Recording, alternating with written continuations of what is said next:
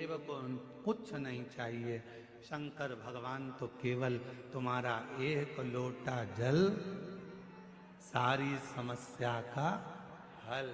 एक लोटा जल हमारी जिंदगी को बदल देता। एक लोटा शंकर को नहीं चाहिए, रखो तुम्हारे पास।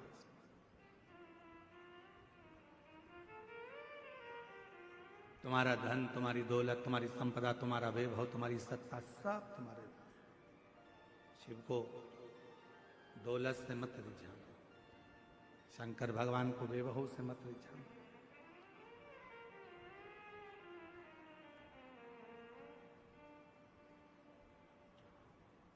कई लोगों की आदत रहती है कि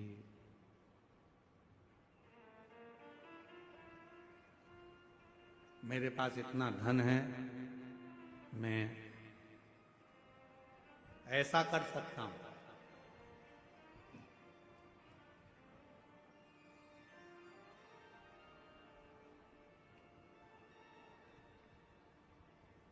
मेरे पास इतना धन है, मैं बहुत कुछ प्राप्त कर सकता हूं।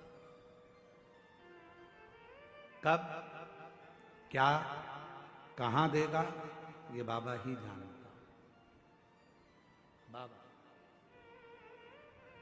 कभी आप लोगों ने टीवी पर सुना होगा, माननीय छत्तीसगढ़ शासन के जो माननीय मुख्यमंत्री जी हैं विष्णुदेव सहाय जी, उनकी जो धर्म पत्नी है श्रीमती कौशल्या देवी सहाय जी,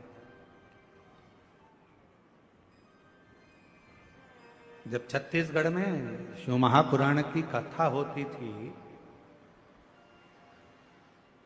आगे जगह नहीं मिलती थी तो टेंट के पीछे पंडाल में जैसे आप लोग बैठे हो, बहुत दूर दूर तक ऐसे पीछे कहीं बैठकर कथा सुनती थी। और ये हमने नहीं, उनके ही मुख्य शब्द हैं, उन्होंने बताया और मंच पर भी कई बार बताया। ऐसे ही बैठकर, जैसे आप कथा श्रवण कर रहे हो, ऐसे ही बैठकर कथा श्रवण करती और दिल से भगवान का नाम का उच्चारण करते थे। हमें याद है जिस समय पर माननीय साई जी मुख्यमंत्री नहीं थे, उस समय पर उनकी आज भी उनकी धर्मपत्नी श्रीमती कौशल्या देवी सहाय जी डायरी में श्री शिवाय नमस्तुभ्यम, श्री शिवाय नमस्तुभ्यम, श्री शिवाय नमस्तुभ्यम लिखती रहती, पहले भी लिखती थी। जब मुख्यमंत्री पद पर नहीं थे उस समय पर भी लिखती थी, और आज भी मुख्यमंत्री पद पर हैं तो भी श्री शिवाय नमस्तुभ्यम, श्री शिवाय नमस्तुभ्यम पूरी डायरी भर लेती थी। और वो डायरी किताब जब भी हम छत्तीसगढ़ कथा करने आते थे तो वो हमको भेंट करती थी, गुरुजी हमने लिखा है। हम देखते पूरी पुस्तक श्री शिवाय नमस्तुभ्यम, श्री शिवाय नमस्तुभ्यम, श्री शिवाय नमस्तुभ्यम। हमने कई बार पहले भी पूछा कि बहन जी, दीदी एक बात बताओ कि आपको लिखने का समय मिल जाता है? तो उन्होंने कहा गुरुजी ये जो कुछ भी है सब मेरे शंकर भगवान का दिया हुआ है और उनके लिए ही समर्पित है। शिव भगवान देवादिदेव महादेव, भगवान शिव।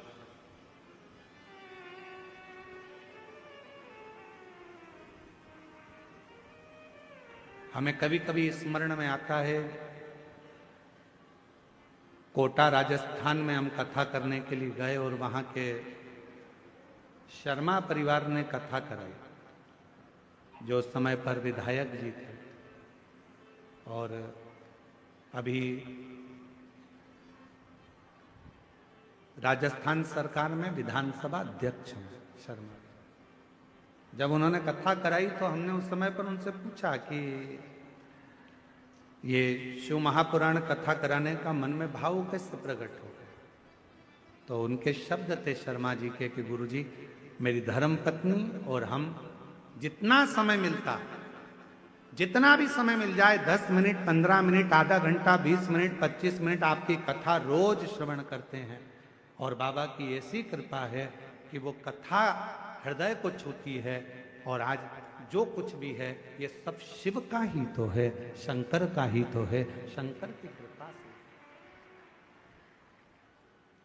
कहीं पर भी बैठो, बाबा को तुम्हारा धन नहीं, बाबा को तुम्हारी दौलत नहीं।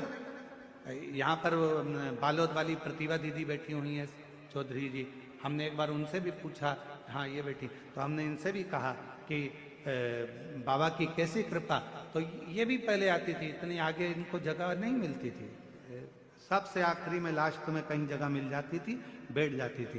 तो बाबा ने कृपा कर कर, बाबा तो बाबा है भोलेनाथ, कब किसका हाथ पकड़कर कहाँ बिठा दे ये उसके ऊपर निर्भर करता है।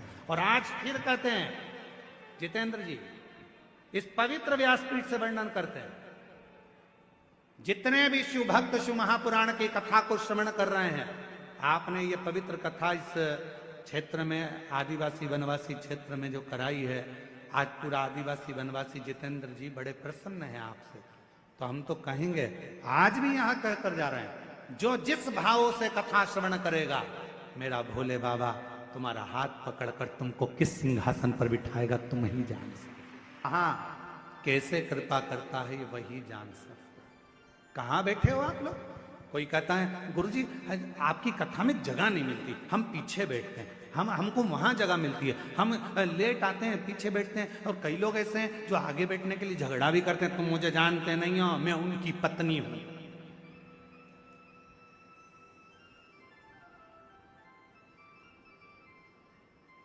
अब दरवाजे पे तो सारे पुरुष खड़े होते हैं और तुम चिल्ला कर कहती हो तुम मुझे जानते नहीं हो, मैं उनकी पत्नी हूं। और अगर वो कह दे तो तू भी मुझे नहीं जानती, मैं उसका पति हूं।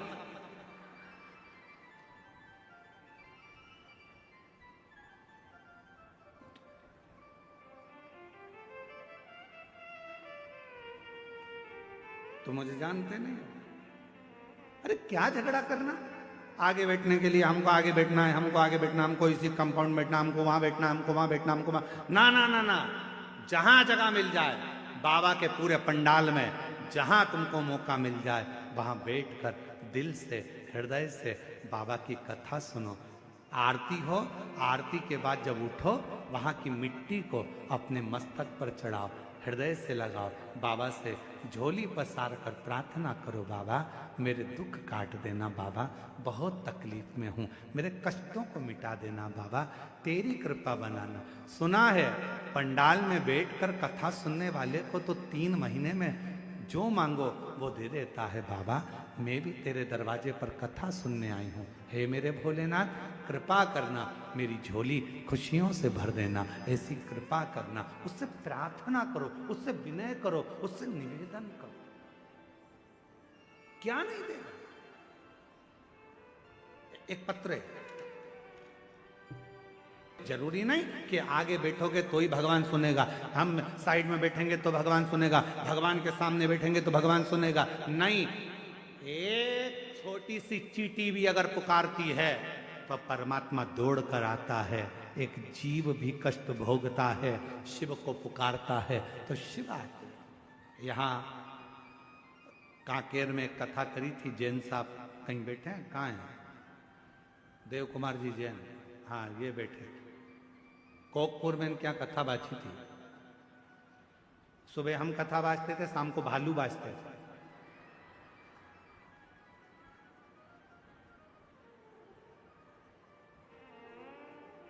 सुबह हम कथा कर कर चले जाते थे दोपहर में, जैसे ही 4 बजे 5 बजे कथा पूरी होती और लोग गए और पंडाल में जितने लोग रहते और आस पास भालू कथा करने आ जाते। ऐसा जंगल का क्षेत्र, और कथा करने पंडाल में तो जाते भालू तो भालू, पर हमारे जहां हम ठहरे थे इनके घर पर, वहां भी आजू बाजू घूमने आ जाते मिलने के। महाराज आप इन जैन साहब से पूछना, देव कुमार जी से, जो को जहां जगह मिल जाती थी वहां बैठ जाते थे, सेवा करते थे। कचरा मिल जाता, कचरा को उठाकर, जो भी कचरा पड़ा रहता उसको भरकर एक जगह पर ले जाकर रख देते, सब करते। अब एक दिन इनके मन में आया कि 5 कथा हो गई, बाबा ऐसी कृपा कर दे कि कथा मेरे गांव में कोकपुर में हो जाए। 5 पंडाल कथा लोग सुनते हैं और छत्तीसगढ़ वालों की तो किस्मत इतनी ज्यादा प्रबल है कि इनको 5 कथा सुनने के लिए छत्तीसगढ़ छोड़ना ही नहीं पड़ता, छत्तीसगढ़ में ही 5 कथा मिल जाती है। कई लोगों की तो एक अभी यहां हो गई, फिर अभी 7 तारीख से 13 तारीख तक वो गीतम छत्तीसगढ़ में कृषि मंडी चौक दंतेवाड़ा जिला में शिव महापुराण की कथा सुनने को मिल जाएगा। 7 से 13 तारीख तक 7 दिन की, और मां दंतेश्वरी की बड़ी कृपा होगी। एक देवघर में कथा बाची, वो भी मां देवी की शक्तिपीठ थी, 51 शक्तिपीठ में से माता का हृदय वहां गिरा था। और दंतेवाड़ा एक ऐसा क्षेत्र है जो मां सती के दंतेवाड़ा क्षेत्र में गिरे। हमको तो लगता है कि मेरी मां सती कृपा कर रही है जो कथा श्रवण करने का मौका,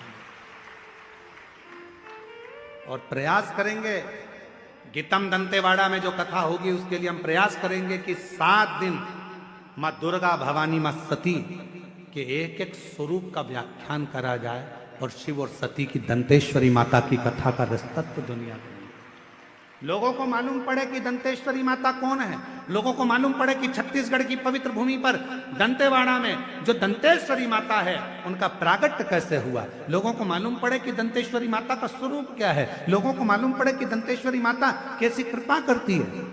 7 दिन शिव महापुराण की कथा में जो 2 बजे से 5 बजे तक गीतम में होगी,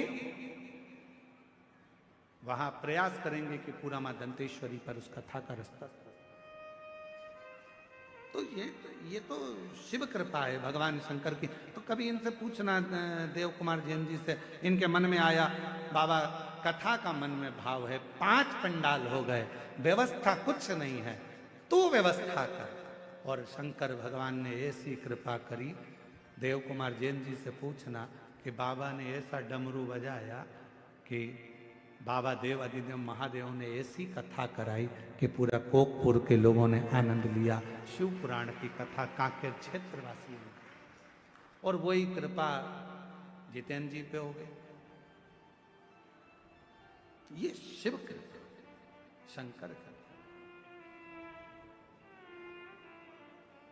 आप हृदय से उसको पुकारते हो, वो हृदय से शिव। मेरे शंकर भगवान को दुनिया के लोग कितना भी आडंबर बताएं, दुनिया के लोग दिन भर, कई लोगों की आदत है यूट्यूब पर बैठ जाएंगे, प्रचार कर, अपना स्वयं का प्रचार करने के चक्कर में विचार करते हैं कि हम ये बता देंगे, ऐसा कर लो, शंकर जी को इतना से चढ़ा देना, शंकर जी को 5 किलो दूध चढ़ा देना, 1.5 किलो प्रसाद चढ़ा देना, 2 किलो ये चढ़ा देना, 10 किलो ये चढ़ा देना। ना ना ना, मेरा भोला बाबा एक बेलपत्र से, एक लोटा जल से, एक चावल के दाने से, और वो भी ना हो तो 3 बार ताली बजाने से, बम बम बोलने से मेरा वो घरदानी प्रसन्न हो जाता है। उसको तुम्हारा आडंबर नहीं चाहिए, उसको तुम्हारा धन नहीं चाहिए, उसको तुम्हारी दौलत नहीं चाहिए, उसको तुम्हारा वैभव नहीं चाहिए, उसको तो केवल निर्मल मन चाहिए, हृदय हृदय।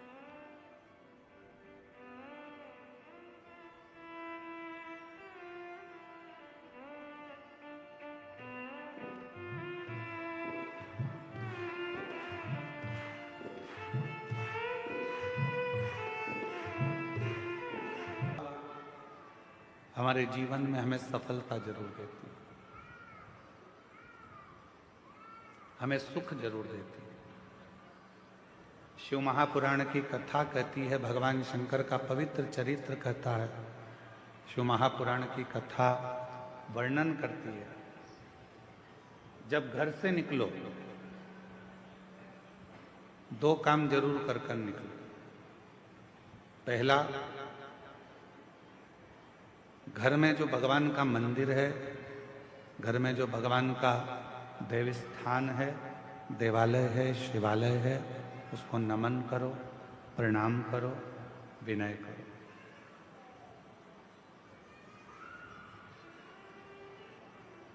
दूसरा, घर से निकलते समय अपने घर का जो बुजुर्ग हैं, अपने घर के जो बड़े हैं, उनको नमन करो, उनको प्रणाम करो।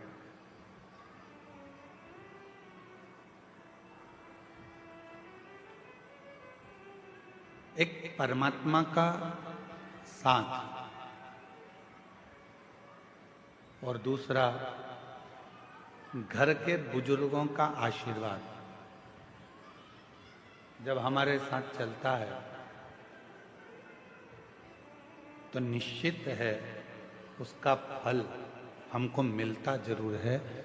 कहीं विघ्न में हम पड़ रहे हैं, कहीं विघ्न में हम गिर गए हों, पड़ गए हों, तो उस विघ्न से निकलने के लिए घर के बुजुर्गों का आशीर्वाद और महादेव की कृपा, ये दोनों ही हमारे लिए श्रेष्ठता देते हैं। दोनों।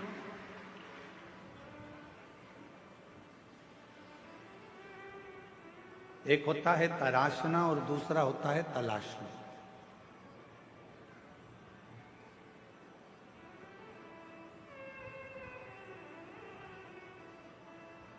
एक है तराशना और दूसरा है तलाशना।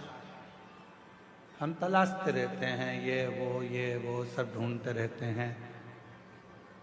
और तराशने में क्या करते हैं कि हम कुछ ना कुछ बनाने का प्रयास करते हैं, कुछ निर्माण करने का प्रयास करते हैं, कुछ अच्छा करने का प्रयास करते हैं।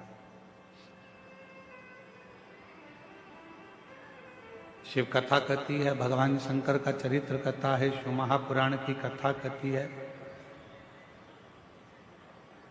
तलाशना संसार में आकर हर व्यक्ति जो इस मृत्यु लोक में जन्म लेता है, पृथ्वी पर जन्म लेता है, वो कुछ ना कुछ तलाशता ही रहता है।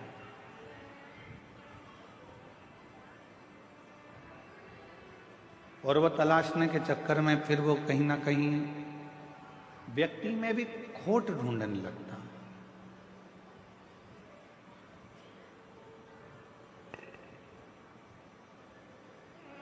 व्यक्ति में भी बुराइयां ढूंढने लगता है। क्यों? क्योंकि वो तलाश रहा है। यदि वो तलाशता नहीं और तराशने का काम करता, खुद को संवारने का, खुद को सुधारने का, खुद को श्रेष्ठ बनाने का कार्य करता, तो दुनिया में फिर कोई उसको बुरा नजर ही नहीं आता। सब श्रेष्ठ दिखते और वो अपनी जिंदगी को भी श्रेष्ठ बना बैठता, वो अपने जीवन को भी श्रेष्ठ बना। जिसने खुद को तराशा, जिसने स्वयं को श्रेष्ठ बनाने का प्रयास किया है, अपने आप को सुधारने का प्रयास किया है, वो जिंदगी में बहुत आगे बढ़ा।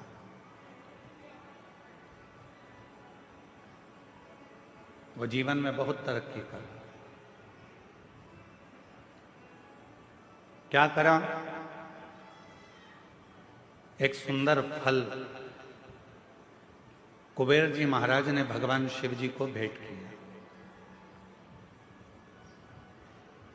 बड़ा सुंदर फल था और वो फल कुबेर जी ने भगवान शंकर को भेंट करा। तो मां पार्वती जी ने उस फल को देखा तो फल बड़ा सुंदर, बहुत सुंदर।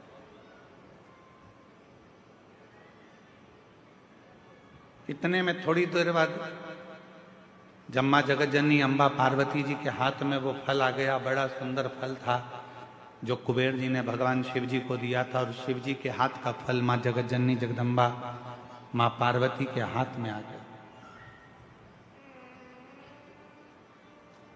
अब कुछ देर बाद भगवान श्री गणेश जी आ गए, कार्तिकेय आ गए और उन्होंने